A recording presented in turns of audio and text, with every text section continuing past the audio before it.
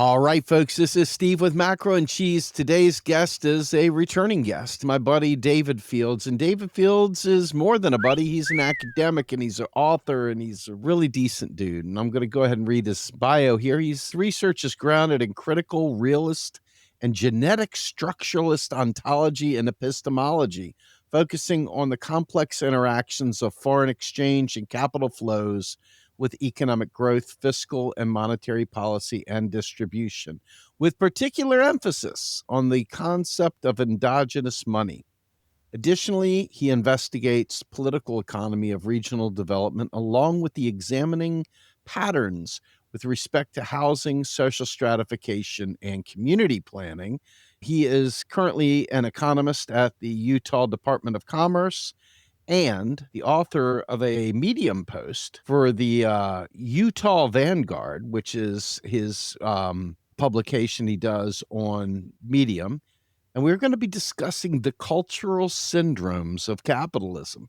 Given what a glorious Donald Trump moment we're having these days, where anybody that is left of center, in some cases left of left, yours truly included, probably is not a favorite of Donald Trump's. And his whole apparatus seems to have, developed a slight micro chubby over looking at lefties. And today we're going to talk a little bit about capitalism and the cultural syndromes of capitalism. This obviously drew me in big time because a lot of what we're dealing with these days is the outcomes of capitalism. We're dealing with the fraudulent democracy, the fraudulent planned obsolescence, the fraudulent rentier economy, the fraudulent investor grade, retrograde, scumbag capitalist economy that impacts so many of our lives. And for me, this article really, really started a bunch of thoughts in my head. So I quickly asked David to join me, and he was kind enough to agree to do so. So, well, let me bring on my guest, David Fields. Welcome to the show, sir. Hey, how's it going? Thanks for having me. Pleasure to be here. Absolutely. I respect the hell out of anyone that's willing to speak out on these issues and write about these issues, especially those that aren't timid and lecturing people on tone and rudeness, things like that. Because right now we're in a weird timeline, right? We are in a timeline where the most decent people are being beaten up by ICE. The most decent people are being in trouble for speaking truth. And all the while, we're watching what looks like the most corrupt, most radical, most fascist elements driving us into a direction that is just absolutely terrifying. Raising kids in this environment is scary business. The outcomes, the outflows, if you will, of capitalism, the ancillary elements that come as a result of capitalism are being felt by a lot of us right now. And there have never been more on display than they are right now. So with that, tell us about your article, sir. I was going to follow up with what you just said. It reminds me of this infamous passage by Anne Frank when she was hiding in the attic. She wrote in her memoirs that outside folks are being disappeared off the streets for no apparent reason, et cetera, et cetera. But the crux of the story is that what she was describing is essentially happening right outside our window here, which no one could think is fathomable, but is. And that's incredibly frightening. Yeah. Yeah, it is. It absolutely is. I mean, the idea of the basic things you would have learned in college or even high school are being turned into, I don't even know what you call it, like up is down, down is up, left is right, right is left kind of insanity. I envisioned the guy in 1984, the party official that worked with Winston. Yeah. Winston, how many fingers am I holding up? And he's like, four, you're holding up four. And he goes, no, Winston. Yeah. How many fingers am I holding up? Four. I don't know what you want me to tell you. I see four, it must be four. And he's like, no, Winston. The number of fingers depends on what the party tells you. Yep. If I say they're 3, they're a 3. If I say they're a 10, they're a 10 kind of thing. And it's like, I see people that are willing to go along with that. Mhm. And I say to myself, you are the most terrifying person on the planet. The most terrifying person on the planet. Yeah. And what I've been trying to argue with my writings lately is that what we're facing is not an aberration. It's not an outlier, so to speak. It's deeply ingrained in the system that we are heavily embedded in, which is capitalism, which suffers from psychosocial pathologies, which I've come to the conclusion are regain primacy syndrome, well, cultural syndrome, zero sum rivalry syndrome, and the ownership syndrome. And what I mean by these concepts is, in the first instance, this constant need for perpetual self optimization to gain as much wealth as you can at whatever social costs constitutes a culture of narcissism, the entrepreneurial self, if you will. And this syndrome facilitates a deep sense of estrangement, which then leads to alienation for the working class specifically, because they can't rely on the utmost means of security, unlike the leisure class, reaches a pinnacle of loss. And that loss is a space of which fascist tendencies to save capitalism from itself can easily latch on and exploit to use said class to support far right forces which are inherently against their interests. Blame the migrant, blame the person of color, blame the foreigners, et cetera, for problems which are inherently structural because they haven't been able to attain that image of, or that presentation of the utmost success of which capitalism celebrates and represents. And then there's this competitive strife, the zero sum rivalry I talked about, where this constant comparison of another can lead to self deprecation, psychic regress, mental destabilization.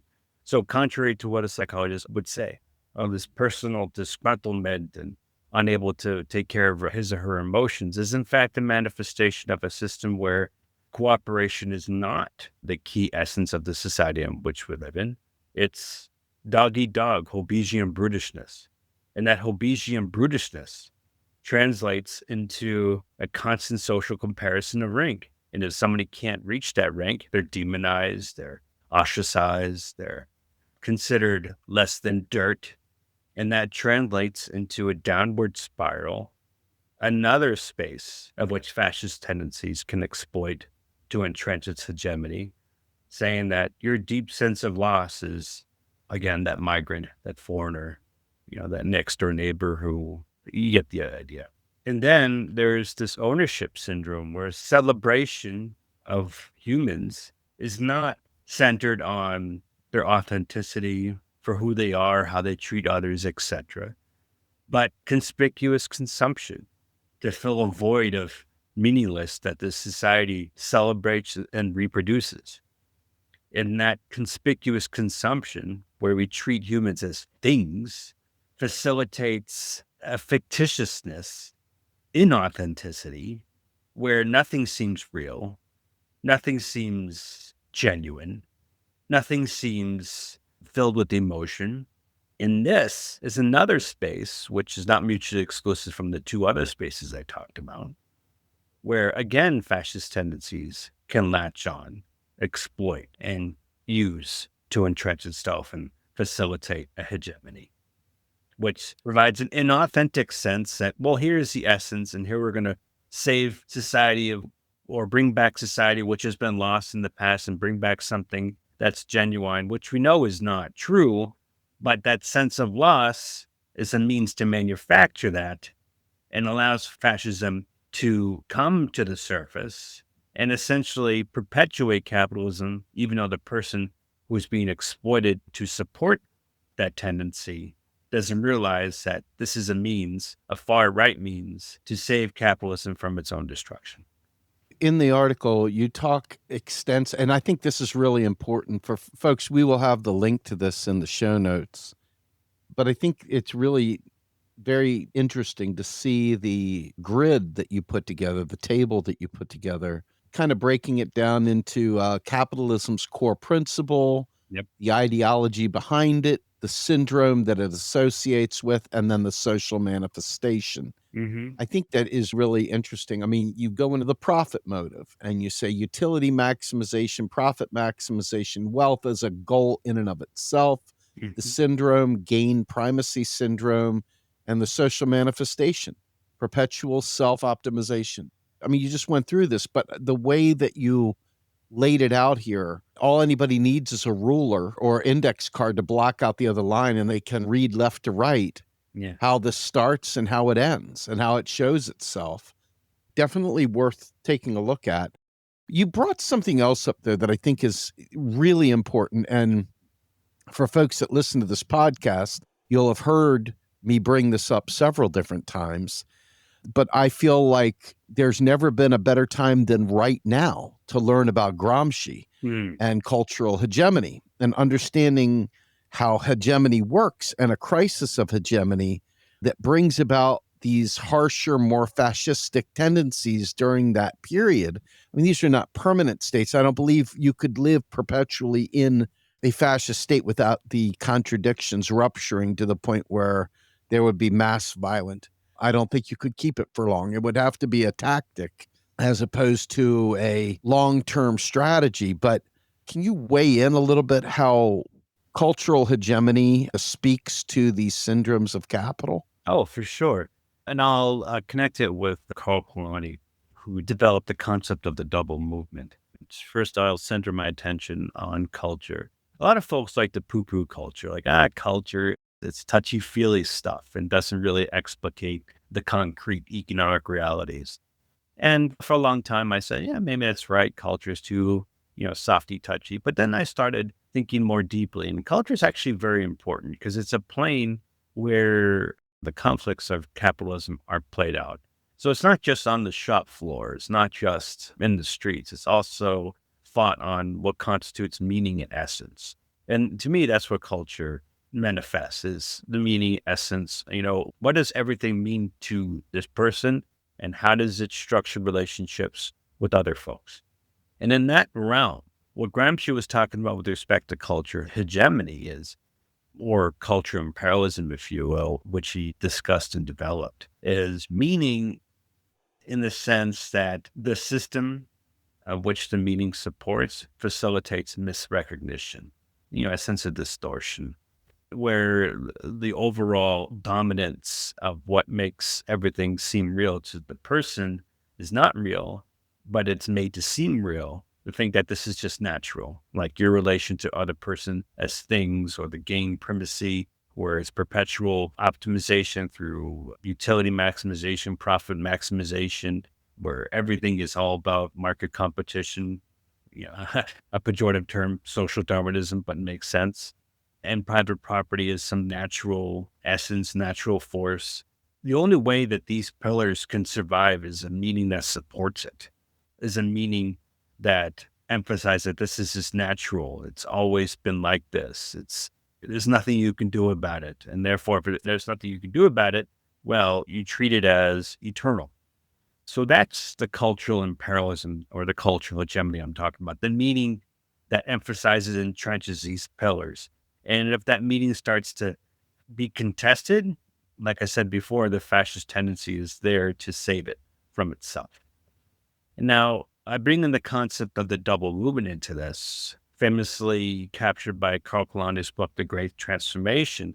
And the way I interpret the double movement is there's the economic plane where folks are trying to make sense of their economic insecurities. They can go a path towards more social democracy or socialism, or the other end where you have charismatic cult of personalities, like what we have now, use that economic disgruntlement to push for more fascist means to save the system from collapsing. But on a cultural plane, there's a double movement as well. And that's a cultural contradiction or a cultural contestation, if you will, where there's a way for culture to shift towards a direction that contests that radically tries to transform the dominant sense of meaning that treats everything as eternal. But then on the other side, there's a counteracting force to prevent such cultural contestation with reinforced sense of meaning. Like, no, no, no, no, no, no, no, no. All that is just radical dogmatic nonsense. We need to save our nation. We need to save our society. And this is where the culture of otherness starts to play a role, which is meant to save the cultural hegemony, to ensure that the system doesn't collapse or doesn't push towards those more progressive forces I talked about before. So when we talk about cultural hegemony, we have to consider the double movement that Karl Polanyi talks about. Again, not just on an economic plane or the political plane, but on a cultural plane where forces are going in different directions to try to make sense of the situation that we're in. And history shows that prior to World War II or even before World War I, but during that time period, economic crises were reigning supreme. There was a lot of contestation of whether or not this system called capitalism can sustain itself. And there were a lot of progressive socialist movements, etc. But the only way fascism was able to get a foothold was no, no, no, no, no. We're going to save our society.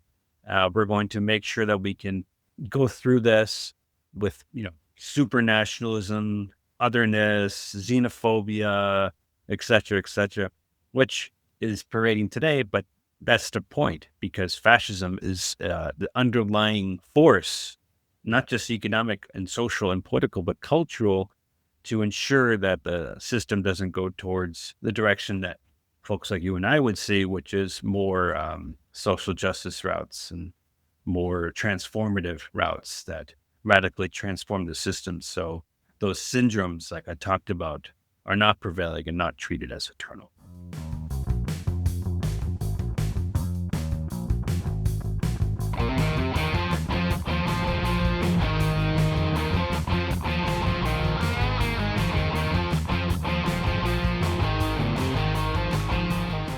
I want to read from your article here real quickly. It's 2 quick paragraphs, but I think they're powerful and they play right into what we were just talking about.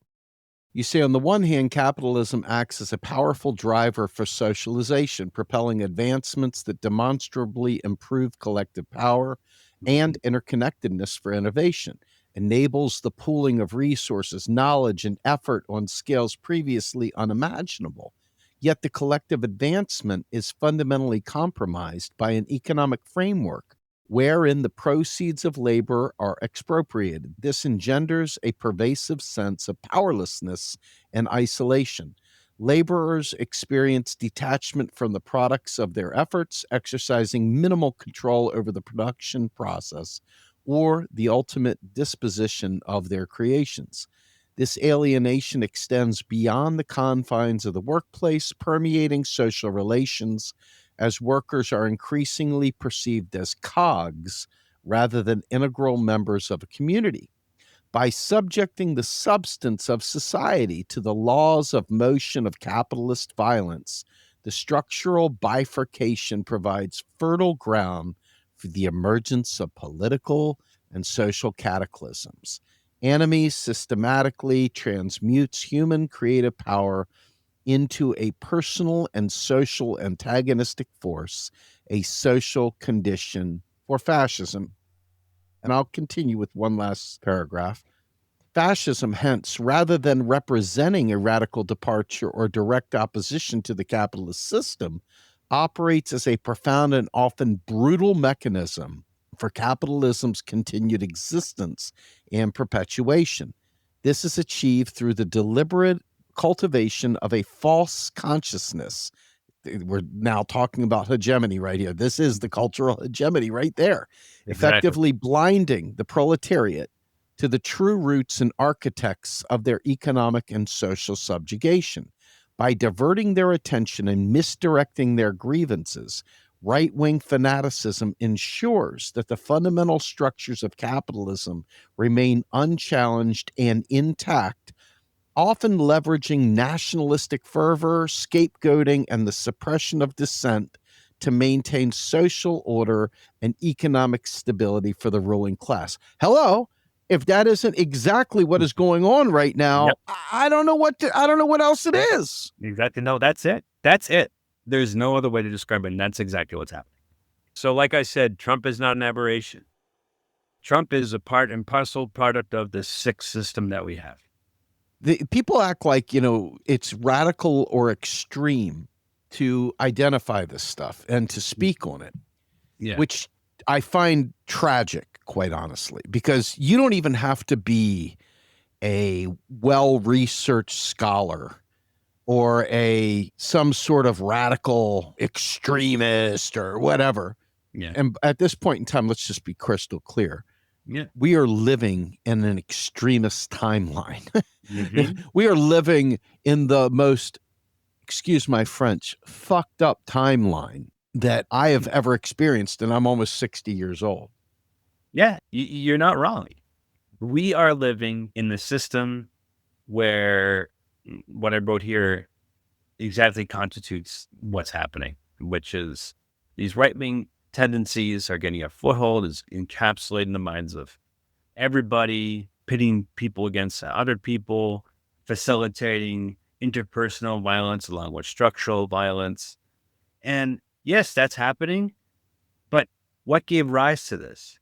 And I emphasize, well, liberalism facilitates these forces.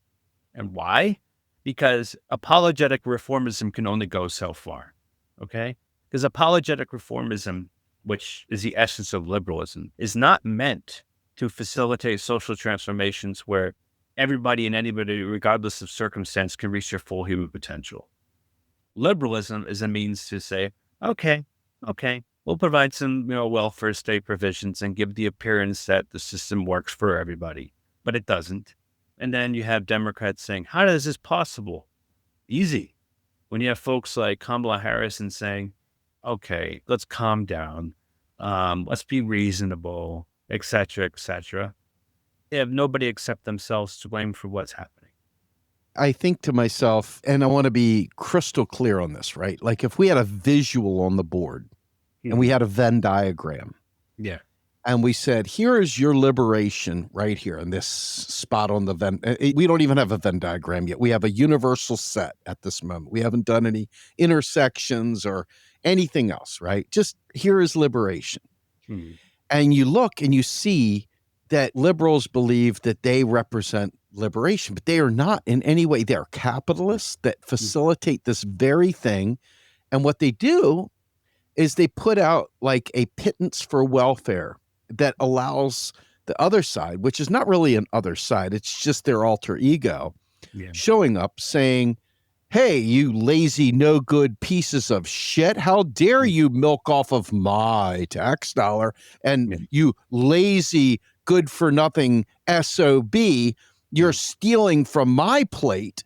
They don't look up. They don't look at the rich. They look and they demonize their brothers and sisters. The other people that are working class schmucks like myself that have to, go to work for a living, do whatever. And I mean, not saying anything about the type of work we do or whatever issues that come as a result of the type of output we have. It's just in general, we have to work for a paycheck.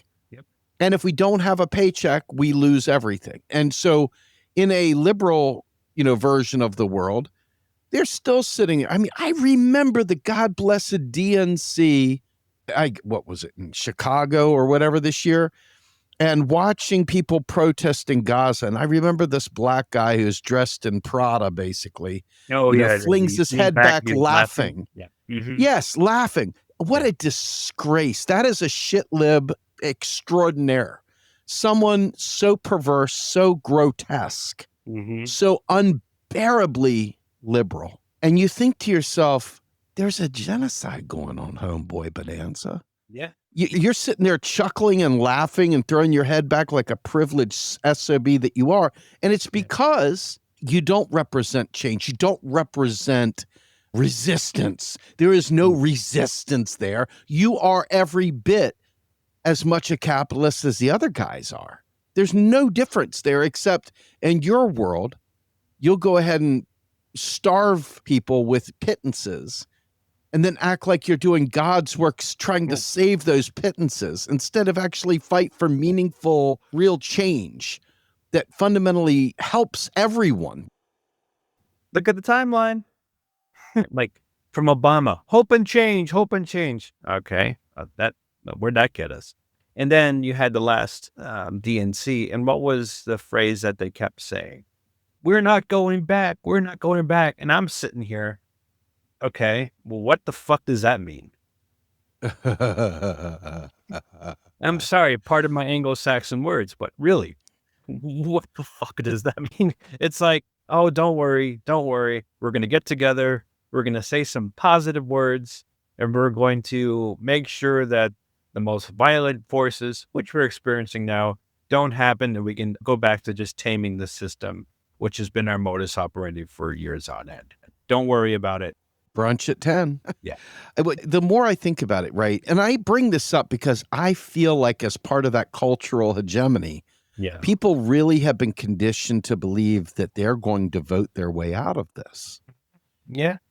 And I've tried to explain to anyone that'll listen. I mean, listen, I have been a strong 15-year plus advocate for modern monetary theory, even though I haven't been regarded by some of the individuals whose books we hump.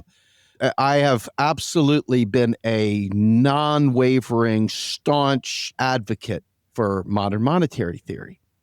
And the idea that we are just going to quote unquote source the vote, that we're going to just vote a few more progressives in and change this, it fundamentally misses why none of that ever happens. Mm-hmm. It fundamentally skips the hegemony, the actual elements that make it's not an issue of facts. We don't need facts. Nobody cares about the facts. They're not listening to the facts. Yeah. They're listening to the vibes and feels, okay?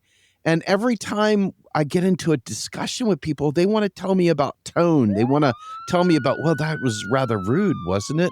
And I'm like, you're not getting this. Exactly.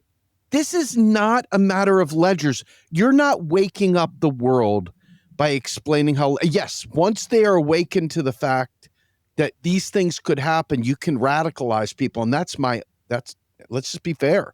That's my goal. I want people to wake up and smell the coffee. Now, I'm not asking for anything beyond, because I'm not smart enough to tell people what to do once they've woken up. I'm just asking people to wake up. And then I'm hoping that smart people come together and make some different decisions. I don't know what that is. I'm not smart enough to know what that is. I'm really not. And I don't think that there's any kind of class struggle theory that really, truly understands the times we're living in. The disproportionately underemployed or the lack of a central work area. There is none of the things that happened back in the days of Lenin or Gramsci or any of the other folks. It's a totally different world today. Yep. And the rules are different. You've got Palantir and you've got, what's his name, Ellison, who just bought TikTok and owns Oracle and CNN and CBS and all the other things. You've got this guy who's basically saying, hey, we will record everything. We will observe everything. We will look over you, and the citizens will absolutely shudder and be well behaved because we are your overlords and we are looking at you and we are monitoring you and and it's like, explain to me how we vote that away. Help me understand how we vote that away. I think George Orwell was pretty spot on. Yeah.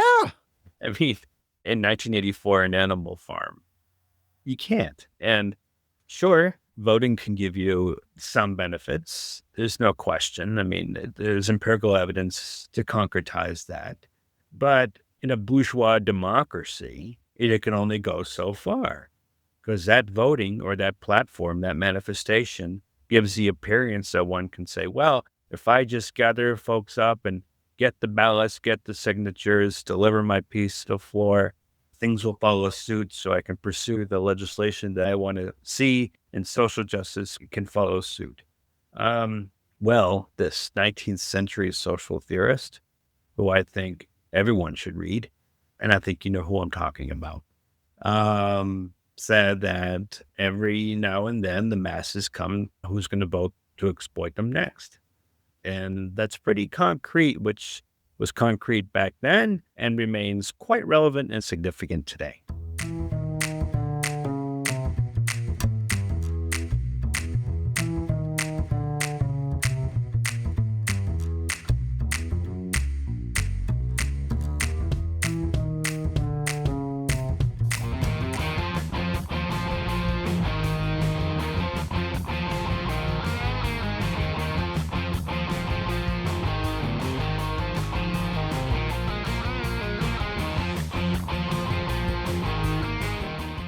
Yeah, and when I say we don't live in a democracy, I mean first of all, we are not a democracy. And I know this seems like one of those difference without distinction kind of moments. They always say, oh, it's a republic or it's this or that and the other. Yeah. But we really, truly do not live in a democracy. And you could see this every time you go to primary times, right? We're going to have a primary now for whatever, the Democratic Party. And the party bosses, the powerful, the elites say, yeah, we're just not that interested in having a primary this time. So, no, we're not going to let it happen because we're a private corporation, AKA more of the capitalist society and more of this private ownership, more of this not public. We're going to make the rules and we're going to. That's a structural means of enforcing syndrome, which I talked about. Yes. And that's the point, right? Is how in the world do we make people stop being children, baby bibs and milk and mother's milk and warm cookies and cream and onesie pajamas and stuff like that? How do we get them to stop lying to us and stop lying and stop curtsying and stop bowing and stop pretending that it's all about rudeness and politeness and bullshit? When in reality, if you watched ICE beating the taste out of that woman's mouth whose husband got taken away and, shot and everything. We're talking about a whole different timeline here. Mm-hmm. And we're talking about people that are selling normiedom when people have a gun to your head. Yep. I wonder, it's like, yes, we agree on ledgers, but my God, are your eyes not open? Mm-hmm. And I mean this lovingly because I don't understand why this pretense of we can vote our way out of this exists, why they're pretending that we live in a situation. They're already propping up Buttigieg and Kamala again. Yep. They're already rebooting that garbage again. And I'm not shocked because that's the whole point. The whole point is theater, a front stage, a celebratory encapsulation to say that, look, give us a chance and we're going to be your saviors. Sorry, this hope in a hopeless world has run its course. Kamala said the other day, and I'm going to read this just real quick. Yeah, go ahead. It is so hilarious. Yeah. And I say this as somebody who genuinely doesn't care, right? Because I don't believe any of this is real, okay? Mm-hmm. But she said on MSNBC, September 2025, that Trump is a communist dictator. Yeah. I want you to realize it. So for the kids in the back row that maybe don't know this stuff, communism, socialism in general, is about worker ownership, worker empowerment. It is not about free stuff. It's not about like welfare state. Mm-hmm. It's not about those things. It really is genuinely about workers owning the means of production as opposed to some rich fat cat sucking off their labor and alienating them from the product of their labor. Mm-hmm. Now, if you call that radical, you got a bizarre world that you're living in there if you think that's radical. This is who they're going to prop up. She literally called Trump a communist dictator. Mm-hmm. I fell off my chair. Seriously, I mean, is this more cultural hegemony where they don't even question, they just flap their wings like seals, circus seals? Arp, arp, arp. I mean, what's up with that? Yeah. But one could look at it and say that this is just an aberration. But I would argue, no, this is another part and parcel of the system, which is meant to facilitate a constant flux of uncertainty and trying to make sense in this senseless, godforsaken world we live in, where you can't make sense of it because you have these distractions like that. Another example involving Kamala Harris was She was giving a lecture about this new book that she just published, which I'm not going to read. I have no care for it. Where there were protesters, wonderful human beings that came and said, "You are responsible for giving Netanyahu the means to facilitate his Holocaust against Palestinians right now." And you know what Kamala said in response? Unlike what she said during her presidential campaign, where she says, "I'm speaking as a means to shut those demonstrations up." Do you know what she said at this moment? What's that? She said, "Well, I'm not the president." That was her response. Now, if that's not a clear indication that she is just like the disgusting rot like the rest of them, I don't know what is. Yeah. I'm going to take a step back with this real quick and just say that, as part of this deluge of chaos that just keeps hitting us, these twisted inversions of words and so very Orwellian, right? There's a whole point to it. It's an instrument.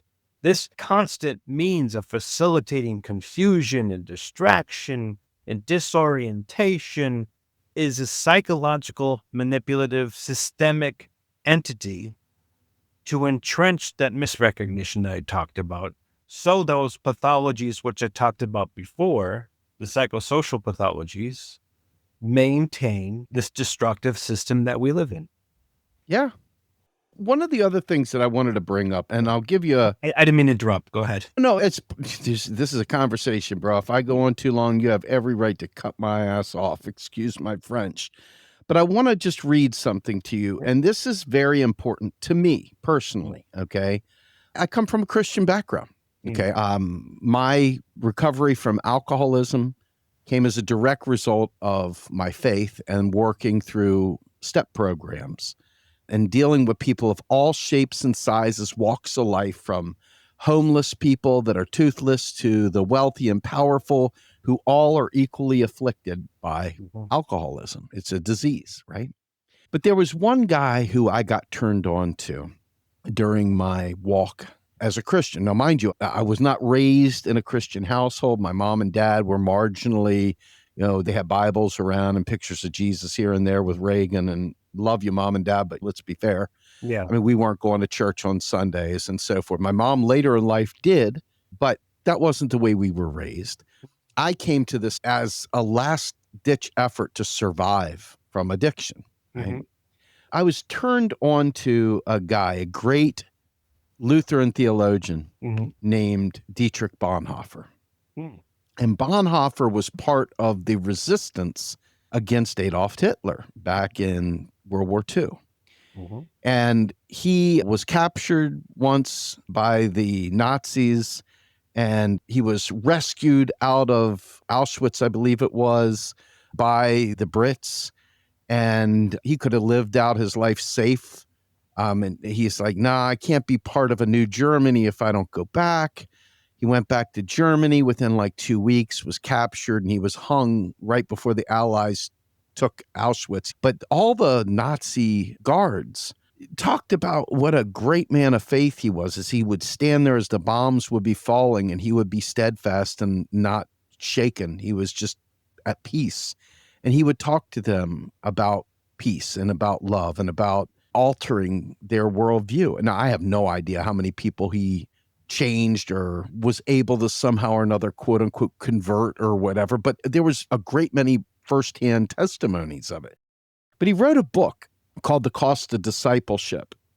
And I think this is important given how this is being used as the measuring stick for whether a person is fit to be an American these days. Right? Normal family values, American values, and so forth. Yeah. And I say to myself, okay, well, if we want to break out the Bible, I am totally down for the cause, because I was studying to be a minister years ago, and I kind of know my stuff a little bit. And so this quote is really important, and it is really one of the key quotes from Dietrich Bonhoeffer's Cost of Discipleship, where he talks about cheap grace. And what he says is, cheap grace is preaching forgiveness without requiring repentance, baptism without church discipline, communion without confession, absolution without personal confession. Cheap grace is grace without discipleship, grace without the cross, grace without Jesus Christ living and incarnate. Costly grace is the treasure hidden in the field for the sake of a man will go and sell all that he has. It is the pearl of great price to buy which the merchant will sell all his goods. It is the kingly rule of Christ, for whose sake a man will pluck out the eye which causes him to stumble. It is the call of Jesus Christ at which the disciple leaves his nets and follows him. Costly grace is the gospel which must be sought again and again, the gift which must be asked for, the door at which a man must knock. Such grace is costly because it calls us to follow. And it is grace because it calls us to follow Jesus Christ. It is costly because it costs a man his life. And it is grace because it gives a man the only true life. It is costly because it condemns sin, and grace because it justifies the sinner. Above all, it is costly because it costs God the life of his Son. Ye were bought at a price, and what has cost God much cannot be cheap for us. Above all, it is grace because God did not reckon his Son too dear a price to pay for our life, but delivered him up for us. Costly grace is the incarnation of God. The gospel makes much of sin because Jesus died to redeem us from our sins, to pay the penalty for our sins. And the more we can appreciate sin, the more we can appreciate grace. The more we can appreciate the gospel and what Jesus died. Because he didn't die a horrific death on the cross to show us that sin didn't matter, we see the cost of sin at the cross. And I read that not to preach the word of God so that everybody's like, oh, I read that because if you are going to say you're MAGA, if you are going to try to stand on high and speak this stuff, show me this grace, show me this grace, because grace is all it is if that's what you're talking about. And I'll be honest with you, I see zero grace in Republican Jesus. I see zero grace in MAGA Jesus. I see zero grace. All I see is white supremacy. Yeah. And quite frankly, fascism. Yeah. I don't see anything that would even remotely resemble the kind of sacrifice and the kind of love that people in sobriety find every day when they try to get themselves straight. Yeah. And I say it knowing you're a Jew and I'm a Christian, and here we are talking. And hey, nobody's perfect. It's okay. well, and there in which it is, though, right? You can have people of differing beliefs and different thoughts and so forth without having to demonize and kill somebody over it. Yeah. And at the same time, though, there is a lot of pain and suffering that comes from this kind of fascist inclination that demonizes people and turns them into others them, and makes them the scapegoat and makes them the ire of an entire group of people, and in lockstep. Because what happens when you go to a church, David? What happens is you let your guard down, you open up your head, you open up your heart, and the guy pours whatever he's pouring into you, and you think about it and you wrestle with it and so forth.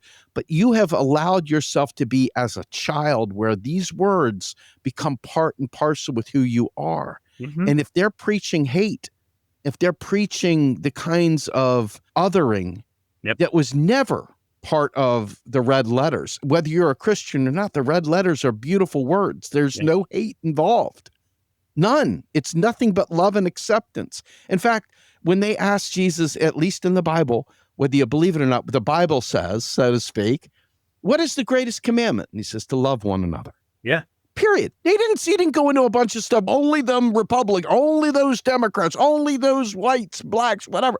He said, love one another. And so when I think about the hegemony and I think about capitalism and I think about the end around it does to destroy our brains, destroy our minds, to destroy our souls. Yeah. And I think about the very idea that Republican Jesus is being used as a weapon, as opposed to the biblical Jesus that doesn't say any of those things. I hate to interject, but no, please.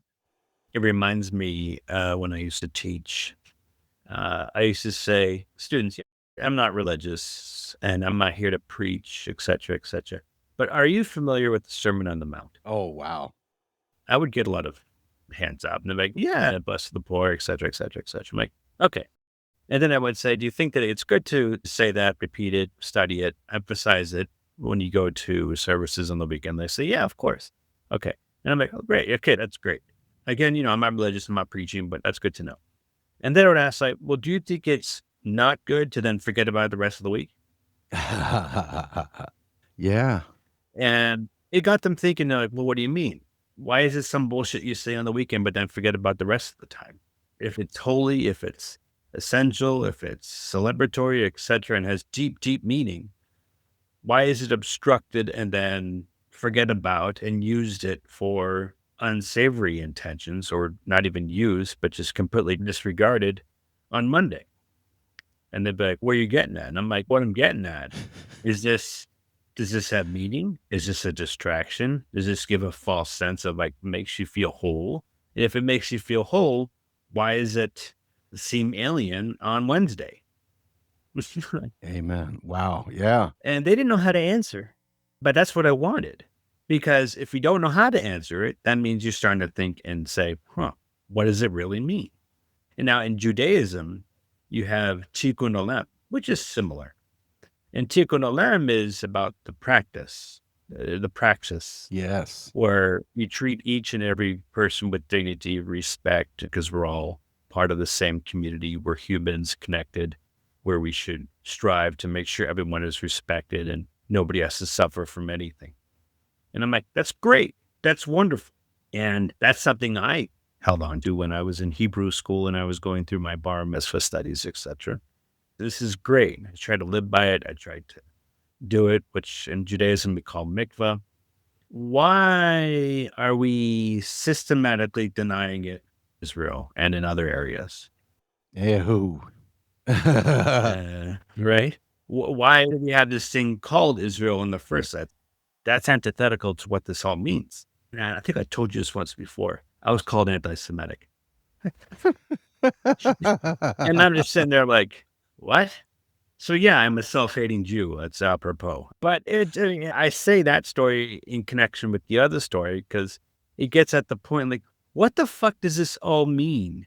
This is great, but is this to say that, okay, it gives you that nice touchy feeling so you can stay in the matrix and not see what's outside of it? Or is it a tool to help you get out of the matrix and destroy that software program?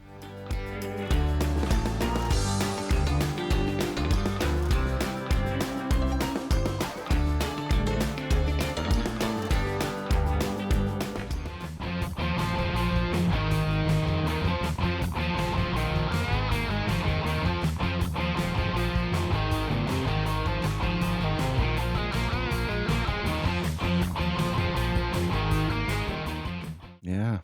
I love that you brought the Sermon on the Mount, the Beatitudes and all that stuff. But one of the things that really jumped out to me was the one time where you really got to see JC angry. Yeah. And that was dealing with the money changers in the temple. It's easier for a camel to climb up a pyramid or something like that than for a rich person to enter into the kingdom of heaven. Yeah. And you think about this, there's a reason for that, right? Like, I think ultimately, when you consider that, in my estimation, Jesus, however you view him, was the first communist. I mean, the early church was very much a communal space. Yeah, absolutely. We bear with one another. We help one another. We feed one another. We don't ask them, hey, did you earn enough yet? You don't deserve to eat there, boy. Right. What are you looking at, you some bitch? None of that. None of it. And so for me, debunking, I've made it my own personal mission, aside from MMT and these other things, to reclaim Jesus from MAGA and to reclaim Jesus from those guys over there. My old pastor was a Messianic Jew, he called himself. And Wait, a Messianic Jew? Oh. he was fully Jewish, Oh, wow. but he believed in Jesus. And he taught, his name was Rob Schenck, and I've watched him. I don't practice the way I did anymore. I find it very challenging to be around right-wing thinking at all.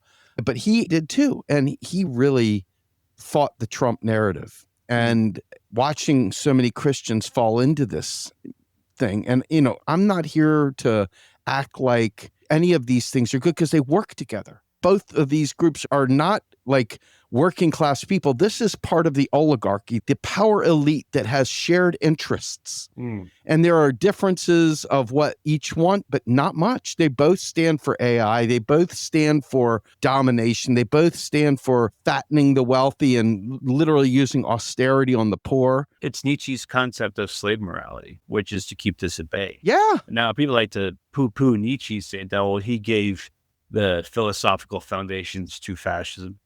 That may or not be true. Regardless, what I'm saying is that he did come up with this concept, how such forces can facilitate a sense of loss, which therefore translates into subjugation and subservience, which he called the slave morality. Yep. And if that is not a complete essence of the system we live in, I don't know what is. Well, think about what you just said. I want to add to this and build on this momentarily as we close things out. Yeah. I think it's really important to consider who we think of as the bad guy. Yeah. Right? Mm-hmm. When I look at slavery and I think to myself, if I was a slave and my wife was a slave and my kids were slaves and the slave owner, to calm us down because we were getting uppity, took my wife and sent her off to be sold elsewhere. Yeah. And whipped my children in front of me to make sure that I bit my tongue and maybe cut the tongue out of one of my children because they screamed too loud or something like that. The idea that they would be wrong for violence against the slave master is what is being preached today by the powers that be. Yep. How dare you be such a radical to say that's not okay? ICE and all the other things. How dare you do that? And to me, we've literally turned what we know to be true on its head to make it work within this sick culture that we live in. Yeah, it's the pathology. Yeah. I want you to take us out, David. That was my tea for you to put the bow on not only your article, but this conversation. Yeah, and that hit the nail on the head. It's these psychosocial pathologies to turn on its head what we know to be true and essential and of utmost importance with respect to humanity, turn it on its head and have folks who become willing servants to the oppressive system that essentially oppresses them. That's why you see how working class folks support these fascist tendencies. And to liberals to say, oh, they don't know, they're dumb, they're stupid, they have no sense of what it means to do this, et cetera, et cetera. And I say, no. Why are they doing this? Because they've been caught up in a system that turns their interests against them, because there are levers, there are instruments, that are symbolically, interpersonally, and structurally violent to ensure, through violent ways, more explicit nowadays, that the system that is against them sustains itself and reproduces itself. Yeah.